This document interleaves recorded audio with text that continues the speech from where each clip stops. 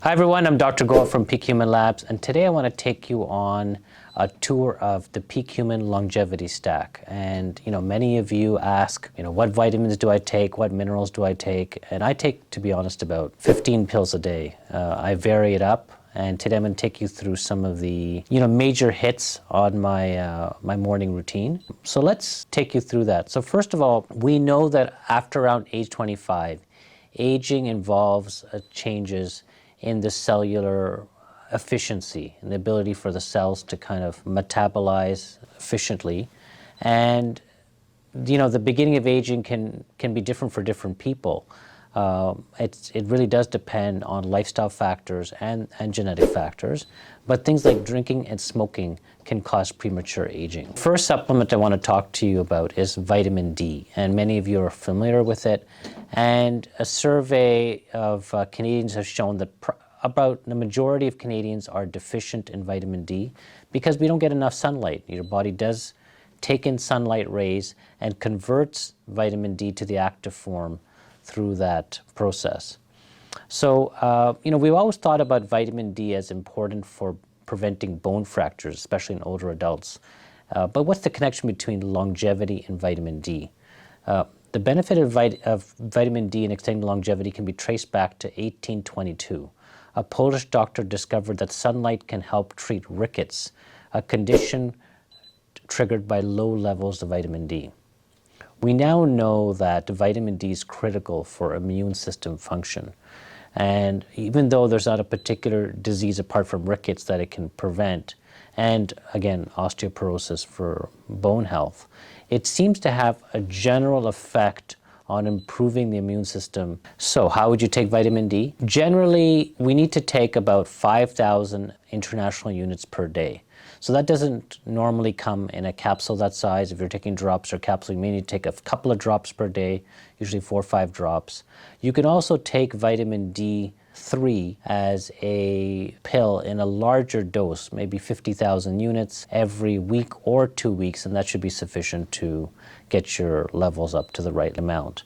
Again, the studies have not borne out, unfortunately, that taking vitamin D has the same effects as getting sunlight exposure. So there's a little bit of a caveat. Even though it makes sense that vitamin D, getting your levels up to a healthy level is useful, we don't know that supplementation is as good as the natural way of getting vitamin D. There may be some other benefits of sunlight exposure and how it increases vitamin D that provide all the health benefits. But in the meantime, I do suggest you keep your vitamin D levels at a good level with a supplement. So the reason behind this nutrient superpower in boosting longevity is that it contains high levels of antioxidants.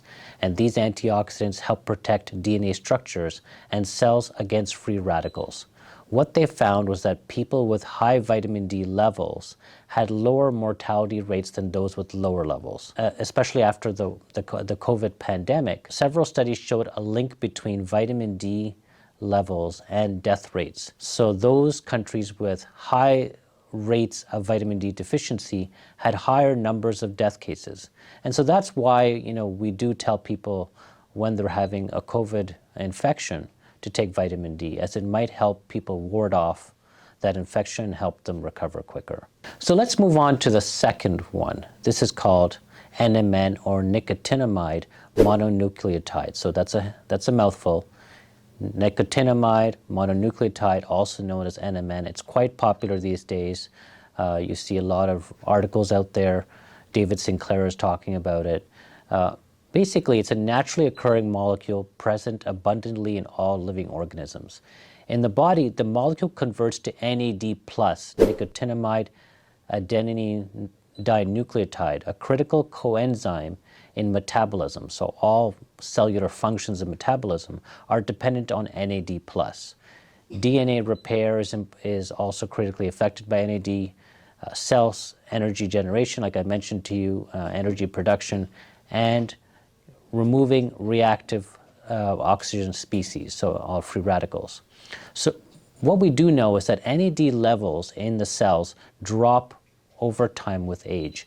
And the more the drop happens, the faster the aging process seems to happen. So the thinking is that by supplementing with NMN, or another precursor of NAD is nicotinamide riboside, also known as NR. So NMN is the most popular one these days. So the thinking is that supplementing with NMN is going to boost your NAD levels and mitigate those specific effects of aging, making our chances of living longer more likely. So another benefit of NAD in the battle against aging is improving cardiovascular health. In a study in rodents, scientists have discovered that NAD can reduce blood flow, preventing heart failure. Another study showed that injecting NMN can bring down triglyceride levels in blood by 75% over 3 hours. So it's an extremely safe molecule, and it seems to be a game changer for maintaining longevity. It also benefits sleep, and it seems to enhance insulin sensitivity in pre-diabetic women. So lots of benefits here, very little downside. The dose is 100 milligrams per day of NMN. So it looks like a great molecule here. Very little downside, extremely safe. The dose is 1,000 milligrams per day in the morning, and preferably take it with food. The third important supplement that you should consider, and I've already talked about this on one of my episodes, is BPC 157. It's the abbreviation for Body Protective Compound 157, which is a gastric peptide found in human gastric juice, and it seems to have this protective effect on the gastrointestinal tract. People are taking BPC 157 for a number of reasons, including joint health, muscular recovery, and brain health. So apart from gut improvements, it seems to have these other beneficial effects. So again, I would include this as part of your health stack. Take BPC 157, very safe. The dose is 500 micrograms per day. That's the usual dose. Take it for about 3 months and see how you're feeling.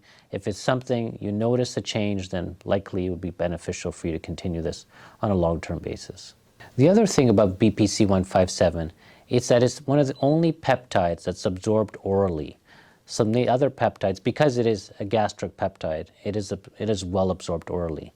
But the other peptides need to be injected for them to be effective. So that's what makes this peptide really easy to use, and people are more compliant with it because it's a simple pill. The next one is resveratrol. And resveratrol is a natural compound that contains a high concentration of antioxidants. The compound can be sourced from grapes, plums, apples, blueberries, and cranberries, and peanuts. But it can also be found in red and white wines, a well-known product of fermented grapes, as the skins and seeds of grapes have generous amounts of resveratrol.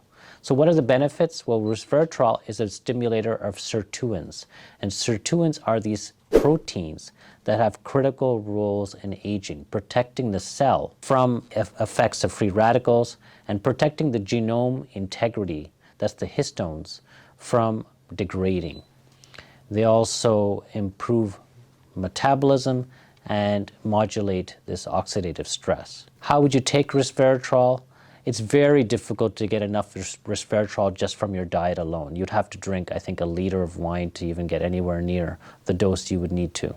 So I wouldn't suggest that. But what you could do is take the supplement. It's about 1 gram per day. So the way you should take resveratrol is with a fatty accompaniment, something like you could take it with yogurt, or you could take it with some type of oil. It needs to be taken with something fatty so that it absorbs properly into your system. The next supplement is called Spermidine. I have already done an episode on Spermidine, but just suffice to say it is one of those miracle supplements out there, nutraceuticals, that seems to have a great effect on aging. It is found a concentrated source in cereals, soy products, legumes, aged cheese, whole grains, and shellfish. It seems to have an effect as being a superb antioxidant and triggers the repair mechanisms of the cell. It promotes the fasting pathways that, again, make the cell more efficient, and in effect, I think, makes your body metabolism healthier.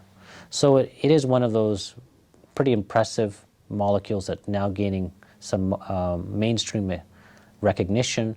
And the dose is anywhere from 1 milligram to about 10 milligrams per day. And in our supplement Fasting Pro, we actually have 10 milligrams of spermidine per day, which is very difficult to get anywhere else. So I would definitely recommend our Fasting Pro supplement just for this fact alone, that it contains 10 milligrams of spermidine. The next was not really a supplement, but it's an actual medication. It's called Metformin, and many of you have heard of it. It's the #1 prescribed drug for diabetes in the world.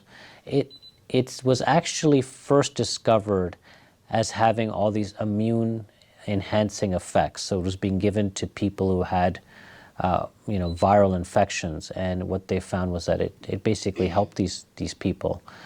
So Metformin, in the longevity aspect, seems to promote the fasting pathways, the AMPK pathway, which again, fasting has benefits to make cells more efficient with how they use energy, and it helps cells get rid through autophagy of dead and waste products.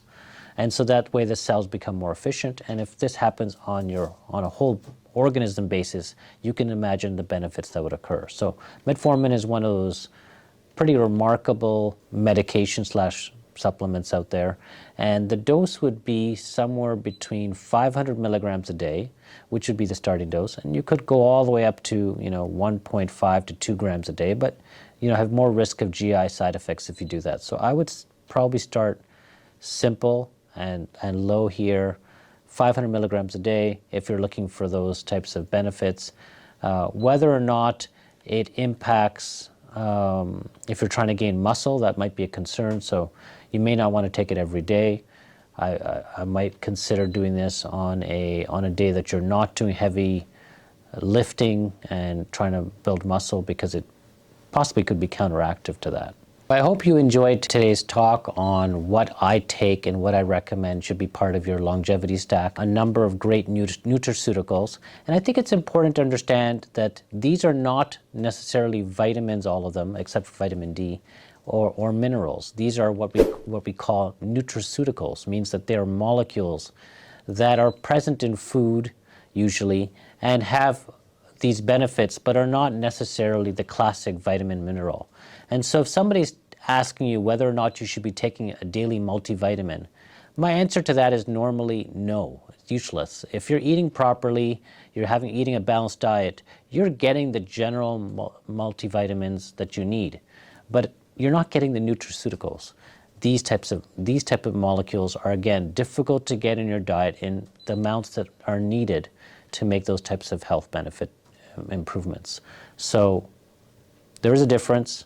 Again, I would suggest you look at some of the nutraceuticals and see if you can make them part of your daily routine. I hope this was very helpful. If you do like it, please subscribe on our channel, like, share, and send us any feedback. Take care. Bye.